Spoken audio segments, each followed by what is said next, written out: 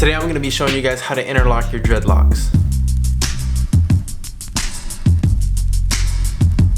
What's up guys, welcome back to another episode of DIY Dreadlocks. I'm Gunther the Great, and today I'm going to be showing you guys how to interlock your dreadlocks. Very easy process, and this is actually a really quick way to lock up your dreads, and this really does kick off the process and make your dreads lock up really fast because it's almost instantly locking your dreads. Now there is two things that you need to have done before you can interlock your hair at all. First things first, you have to make sure that the ends or at least some part of the length of your dreadlock has to be blunted up or locked up at first, because this would not work if none of this is locked up. Now mind you can interlock your hair during the earlier stages, but your hair does have to be locked in some sort of way. Now I did say that there was two things that needs to be done, but there literally is probably only one thing, and your hair has to be locked in some sort of way. But your hair does have to be locked in some sort of way. The number one thing to consider while you are interlocking your hair is that this is just attacking the root. It's pretty much like twisting your dreadlocks and getting rid of all of that new growth and locking up the new growth. That's the whole process and the whole purpose of interlocking your dreadlocks. So besides all of the talking, I'm gonna go into a voiceover and show you guys exactly how I've interlocked my hair, which I have done it before. You can definitely tell the difference between twisted dreadlocks and interlocked dreadlocks or freeform. You can tell the difference between all of those, because with interlocking you can kind of tell that there is a little bit of scarring. Now if you don't mind it, you don't mind the messy look, or you don't mind your hair looking a little scarred up, or you don't mind that your hair is going to be a little bumpy, which interlocking does make your dreadlocks a little bumpy, but I am completely fine with that. One thing you have to consider is that you can be splitting the root of your dreadlock. What I mean by that is that the actual root, this part right here, the root, the new growth, is going to be split, so the whole time it's growing out it's going to be always two dreadlocks going into one, almost like a reverse Congo. But I'm gonna show you guys how I do this process. First and foremost, can we just appreciate this length I have on my dreads? Like, holy smokes, look, it all the way goes down to my neck. I haven't measured my dreads in a really long time. I told someone the day that my dreads are probably about 7 to 8 inches, and I'm actually thinking that it's probably 10, like probably 9 to 10 inches actually. Cause look how long this is, yo. Since I have this dreadlock in my hand, I'm just gonna go ahead and attack these roots. So what you do, you can comb out the roots when you're doing this, but we're not gonna be combing out the roots while I'm doing it. So what we're gonna do, we're gonna grab this dreadlock right here, and you just gotta make sure that there is new growth. As you guys can tell, there is new growth up here.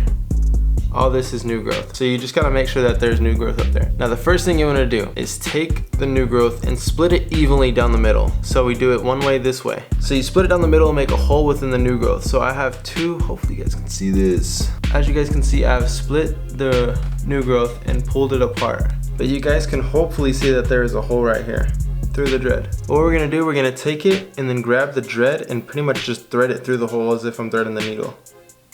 So go through the hole and pull it all the way through. See how it's going through the hole? See, it's like halfway through, but I'm gonna pull it all the way through right here. Boom.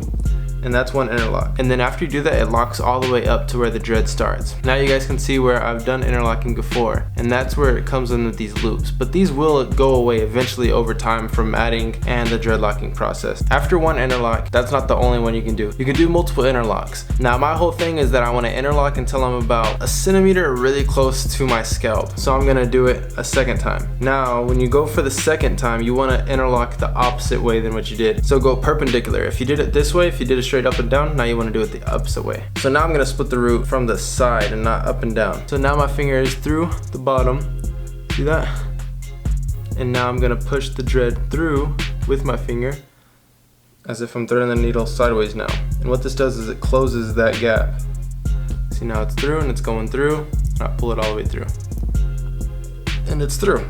Now one thing that interlocking does is that it ensures that the dreadlock is actually a dreadlock. And a lot of people do bash interlocking, which I personally don't interlock because I don't like maintaining my hair whatsoever, but this does help out a lot with the locking process, and it kind of just works with your patience, because having patience during dreadlocks is very hard to maintain. Like, maintaining patience is one of the hardest things, because patience is the main key to dreadlocks. But I think it should be good. If you do interlocking maybe once every 2 to 4 months, you probably only have to go through once or twice, because your hair probably only grows like 2 inches every month, I believe. I heard your hair grows 2 inches every month. Could be wrong, could be a mistake, but we won't go into that. May go into it further detail in another video. But guys, that's pretty much the basics of interlocking. It's very easy, very simple, and it's a DIY for sure. Anybody could do it, but I'm gonna show you guys kind of the finished product of everything. I know it's a little messy just because my dreads are obviously messy, but you guys can see that the new growth was kind of attacked, and it does slim up the new growth.